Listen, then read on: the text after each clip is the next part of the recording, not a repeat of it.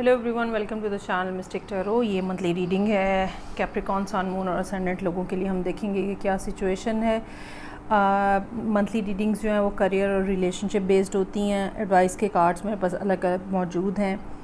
तो स्टार्ट लेते हैं हम विद द रिलेशनशिप और देखते हैं कि कैप्रिकॉन, सन, मून और असेंडेंट लोग जो हैं वो इस महीने में क्या है उनके रिलेशनशिप का स्टेटस।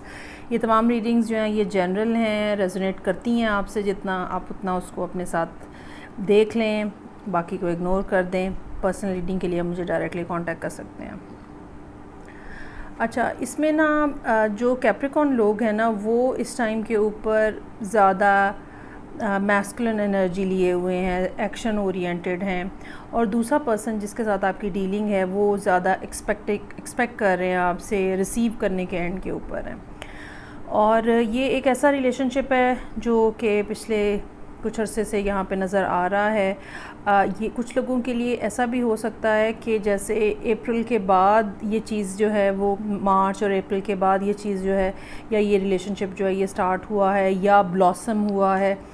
और कुछ लोगों के लिए ये उससे भी पुरानी बात जो है वो हो सकती है कि हो। तो अब सिचुएशन ये है कि पिछले कुछ अरसे में तो सूरत हाल काफ़ी अच्छी नज़र आ रही थी, लेकिन उसके बाद फिर जैसे लास्ट मंथ में किंग ऑफ कप्स का कार्ड है जो कि हमें ये बताता है कि आपने अपने इमोशंस को थोड़ा सा होल्ड किया है। शायद इसकी वजह ये हो सकती है कि आप अपने आप को ख़ुद एवेलुएट करना चाह रहे थे। आप ख़ुद अपने बारे में शायद इतने ज़्यादा श्योर नहीं थे कि क्या करना चाहिए, कैसे करना चाहिए, और ये कि क्या यही वो राइट पर्सन है जिसके लिए आपको जाना है। On the other hand person जो है वो कॉन्टीन्यूसली वेटिंग एंड के ऊपर नज़र आ रहा है। दे आर एक्सपेक्टिंग कि आप आएँ और आके बात करें। दे आर एक्सपेक्टिंग कि आप जो है वो रिलेशनशिप को नेक्स्ट लेवल पे लेके जाने की बात करें। दे आर एक्सपेक्टिंग कि कोई कमिटमेंट के हवाले से, प्रपोज़ल के हवाले से कोई बात हो। लेकिन अभी जब ये जुलाई अभी स्टार्ट नहीं हुआ तो अभी ये कुछ सूरत हाल ऐसी नज़र नहीं आ रही। हाँ, आपका माइंडसेट ज़रूर नज़र आ रहा है जुलाई के लिए, जहाँ पे आप विलिंग हैं रिलेशनशिप को कंफर्म करने के लिए, अपनी इंटेंशंस को शो करने के लिए। क्यों करेंगे आप? क्योंकि इवेंचुअली ड्यूरिंग दिस मंथ आपके इमोशंस जो हैं वो आपको इस लेवल के ऊपर ले जाएंगे कि जहाँ पे ये जो आपने अपना एक बड़ा कंपोज किस्म का पोर्ट्रे किया हुआ है, ठीक है, ये इसके अंदर क्रैक्स आना शुरू हो जाएंगे। मुझे ये लगता है कि शायद ये फौरी तौर पे ना हो, या शायद ये अर्ली जुलाई जो है वो ना हो और लेटर स्टेज पे जाके हो, उस टाइम के ऊपर जब आपको ये महसूस होने लगे कि ब्रेकअप होने जा रहा है या पर्सन जो है वो छोड़ने जा रहा है। ऐसा भी हो सकता है कुछ लोगों के लिए कि वो अभी मंथ के स्टार्ट पर ही उनके माइंड में ये बात है या इस बात का खौफ है कि ये रिलेशनशिप ख़त्म ना हो जाए, ख़राब ना हो जाए, ये पर्सन मुझे छोड़ के ना चला जाए, ठीक है। तो लेकिन ये कि वो जो करेज है वो उसकी कमी नज़र आ रही है। लेकिन बहरहाल जुलाई में ये ज़रूर होगा कि आप अप फ्रंट उनकी तरफ जाएंगे, आप अपने इमोशंस का, फीलिंग्स को एक्सप्लेन करेंगे, क्योंकि आप अकेले ये चीज़ों को हैंडल करते करते, अपने इमोशंस को हैंडल करते करते थक चुके होंगे। तो नया एक रिलेशनशिप का साइकिल जो है वो स्टार्ट होता हुआ नज़र आ रहा है। मेरे पास यहाँ पे वर्ल्ड का कार्ड मौजूद है। उसके अलावा यहाँ पे स्टार का कार्ड मौजूद है। वो तमाम बातें जो कि आप दोनों के दरमियान में किसी बात पे अगर इख्तलाफ है, या ये कि अगर एक दूसरे के बारे में आप बहुत ज़्यादा श्योर नहीं हैं, तो वो यहाँ पे आके अब जो चीज़ें हैं वो क्लियर हो जाएंगी। बॉटम ऑफ द डेक मेरे पास क्वीन ऑफ वॉन्ड्स का कार्ड है। ये पर्सन आपके लिए बहुत ज़्यादा अट्रैक्टिव, बहुत ज़्यादा पुल करने वाला हो सकता है कि हो, और आप बेख्तियार इनकी तरफ खींचे चले जाते हैं। और ये पर्सन बहुत ज़्यादा इसके अंदर एक अट्रैक्शन इस किस्म की हो सकती है जो कि फ़िज़िकल लेवल के ऊपर होती है, ठीक है। कुछ लोग बोलने में अच्छे होते हैं, कुछ लोग दिखने में अच्छे होते हैं, लेकिन एक स्पेशल अट्रैक्शन होती है जो कि हम किसी की फ़िज़ीक के हवाले से, किसी की फ़िगर के हवाले से महसूस करते हैं। तो वो यहाँ पे बहुत ज़्यादा नज़र आ रहा है और ये काफ़ी कैची किस्म की चीज़ होती है। तो 6 ऑफ वॉन्ड्स का कार्ड है। You really want to come, और आप चाहते हैं कि जब आप इनकी तरफ जाएं तो ये आगे से आपको सेलिब्रेट करें, ये आगे से आपको वेलकम करें।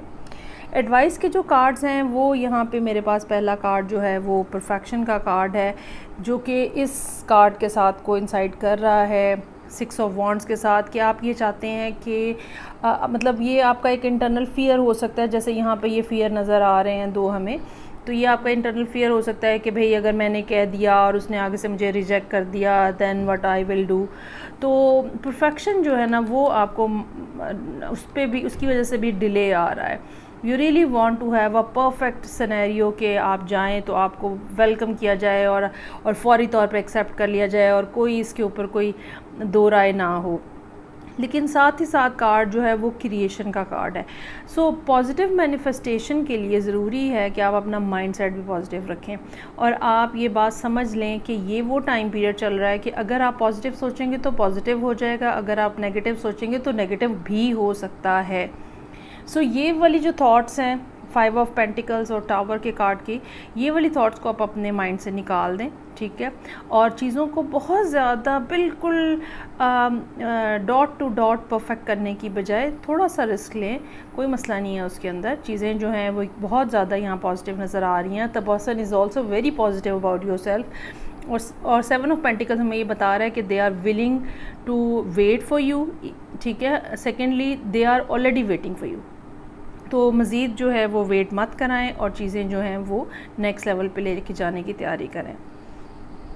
अच्छा जी, अब हम आ जाते हैं करियर के हवाले से जो मामलात हैं उनको देख लेते हैं। करियर के कुछ मामलात जो हैं वो भी यहाँ पे इस किस्म के नज़र आ रहे हैं जहाँ पे आपकी तरफ से कुछ ना कुछ एक्शन जो है वो रिक्वायर्ड है और कोई ये अपॉर्चुनिटी है बिज़नेस के हवाले से, काम के हवाले से, जो कि नाइट ऑफ कप्स की सूरत में सामने आ रही है। तो इसके बारे में आपको ये यहाँ पे थोड़ा सा ज़रा डिफरेंट सिनेरियो है as compared to the relationship.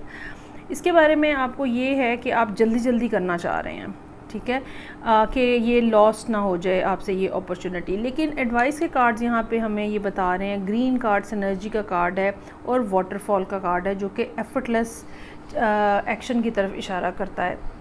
सो इसमें कोई शक नहीं है कि अपॉर्चुनिटीज़ आती हैं और मिस भी हो जाती हैं, लेकिन क्या है कि इस अपॉर्चुनिटी के लिए आपको उतना एग्रेसिवली जाने की ज़रूरत नहीं है।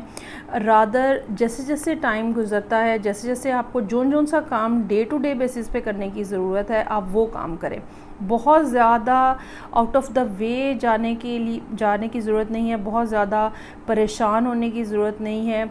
चीज़ें आहिस्ता आहिस्ता, हालात आहिस्ता आहिस्ता आपको अपने अलॉन्ग जो है वो लेते चले जाएंगे और आपके लिए चीज़ें जो हैं वो डेवलप होती चली जाएंगी।